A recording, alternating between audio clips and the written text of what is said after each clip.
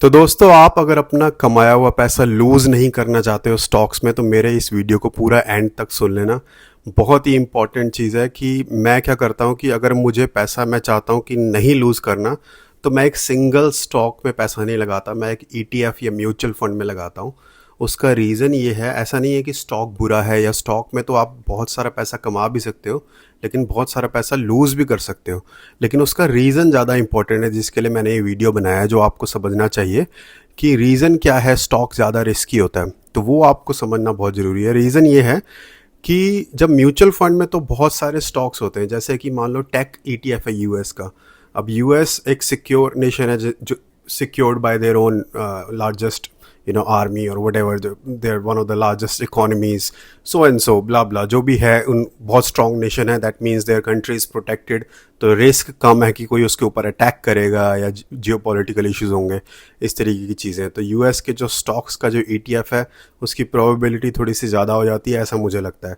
ऐसे ही स्टॉक के जो ईटीएफ्स होते हैं इन जनरल भी, उसका भी यही है कि जब पूरी की पूरी इंडस्ट्री, यानी कि पूरी टेक इंडस्ट्री डाउन जा रही है, तो वो ईटीएफ थोड़ा बहुत डाउन जाएगा या थोड़ा ज़्यादा डाउन जाएगा, या फिर पूरा का पूरा इकोनॉमी क्रैश हो रहा है, या फिर कोई वॉर हो गया है, इस तरीके की चीज़ें।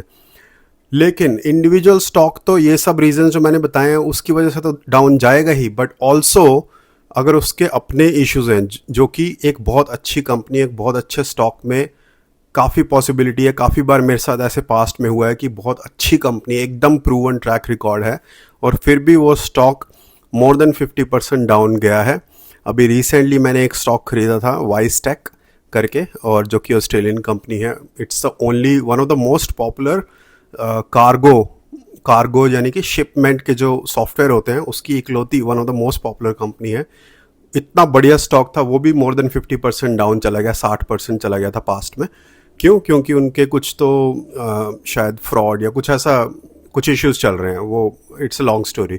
तो कंपनी के अपने इश्यूज की वजह से काफ़ी बार ऐसा होता है कि स्टॉक नीचे चला जाता है, और आप कभी भी उस चीज़ को ट्रैक नहीं रख पाओगे, क्योंकि आप फुल टाइम ट्रेडर नहीं हो। ट्रेडर होते तो मेरा ये वीडियो नहीं देख रहे होते, सिंपल फाइनेंशियल टिप्स नहीं देख रहे होते।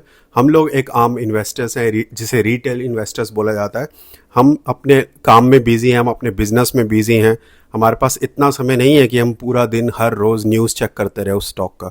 इसीलिए आपको कभी पता ही नहीं चलेगा कि उस कंपनी के अंदर क्या हो गया इशू, चाहे वो आपने बेस्ट कंपनी में से रिसर्च कर लियो कि वो जाएगा ही जाएगा ऊपर, लेकिन काफ़ी एक टाइम ऐसा भी आ सकता है उस कंपनी में कि वो 6-7 महीने तक नीचे जा रहा है, और बहुत हाई पॉसिबिलिटी है कि उस 6-7 महीने में जब वो नीचे जाएगा